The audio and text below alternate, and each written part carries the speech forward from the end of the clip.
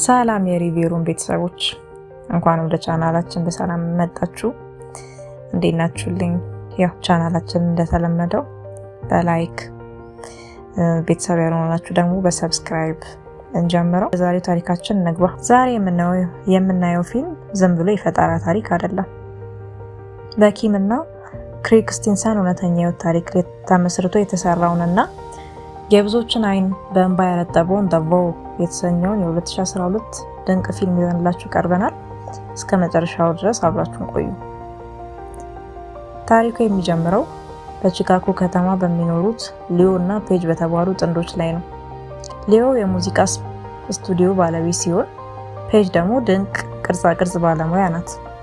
ህይወታቸው በደስታ የተሞላ ትዳራቸውን በስምምነት የተገነባ ነበረ። ነገር ግን በአንድ ዝናባማ ምሽት ከሲኒማ ቤት ሲመለሱ በደረሰባቸው ከባድ የመኪና አደጋ የገነቡትን ሙሉ በአንድ ጀንበር ፈረሰ። ፔጅ በከባድ ጉዳት ምክንያት ኮማ ውስጥ ትገባለች። ፔጅ ከቀናት በኋላ አይኗን ስትገልጥ ሊዮ በደስታ ሊፈነዳ ደርሶ የነበረ ቢሆንም ነገር ግን ደስታ ወደ አስደንጋጭ ሀዘን ለመቀየር ሰከንዶች አልፈጀበትም። ፔጅ አጠገቡ የቆመውን ባሏን ስታየው ዶክተር ነህ ብላ ጠየቀችው። ሊዮ የሰማውን ሊያምን አልቻለም። ፔጅ ያለፉትን 5 ዓመታት ትዝታውን በሙሉ አታለች። ለሷ ሊዮ አብራት ሆስፒታል የተገኘ ባይተዋር ሰው ነው።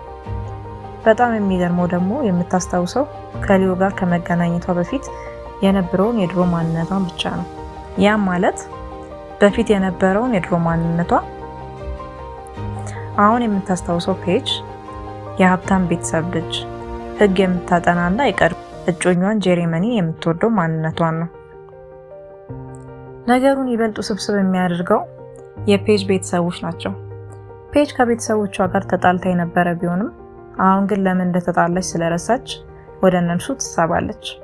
ሀብታም ቤተሰቦቿ ይህንን የትዝታ መጥፋት እንደ መልካም አጋጣሚ ተጠቅመው ሊዮን ከህይወቷ አስወጥተው ወደ ድሮ የሀብታም ህይወቷ ሊመልሷት ይጥራሉ። የቀድሞ እጮኛዋ ጄሬመኒ እድሉ አሁን ነው ብሎ ፔጅ መልሶ ለማግኘት መሯሯጥ ይጀምራል። ሊዮ ግን ተስፋ አልቆረጠም። ባለቤትሽ መሆኔን ባታውቂም ድጋሚ እንድትወጂኝ አደርጋለሁ ብሎ ቃል ይገባል። በየቀኑ አዳዲስ ትዝታዎችን ሊፈጥርላት ይጥራል። ነገር ግን ፔጅ በሄደች ቁጥር ከማታውቀው ሰው ጋር መሆኑ ያስፈራታል። ታሪኩ ወደ መጨረሻው ሲቃረብ ፔጅ ትዝታዋ ሳይመለስ ቤተሰቦቿ ለምን እንደዋሿት የምታውቅበት አጋጣሚ ይፈጠራል። አባቷ እናቷን አታሎ እንደነበርና ያንን በመቃወም ቤተሰቦቿን ጥራ ወጥታ እንደነበረ ትረዳለች። ትዝታዋ ባይመለስም እንኳን የድሮ ማንነቷ ለምን እንደተቀየረ ስታውቅ አሁንም ቢሆን የራሷን መንገድ ለመምረጥ ትወስናለች። የፊልሙ መጨረሻ ትዝታ ተመለሰ የሚል ተራ ታሪክ ሳይሆን ፍቅር ለሁለተኛ ጊዜ እንዴት ሊያብብ እንደሚችል የሚያሳይ ተስፋ ነው። እኔ ለዚህ ፊልም ከ10 ሰጥቼዋለሁ። እናንተስ ብትሆኑ የምትወዱ ሰው ሙሉ በሙሉ ቢረሳችሁ እንደ ሊዮ እስከ መጨረሻው ትታገሉለት ነበር? አስተያየታችሁን ኮሜንት ላይ አስፍሩልኝ። እጠብቃለሁ።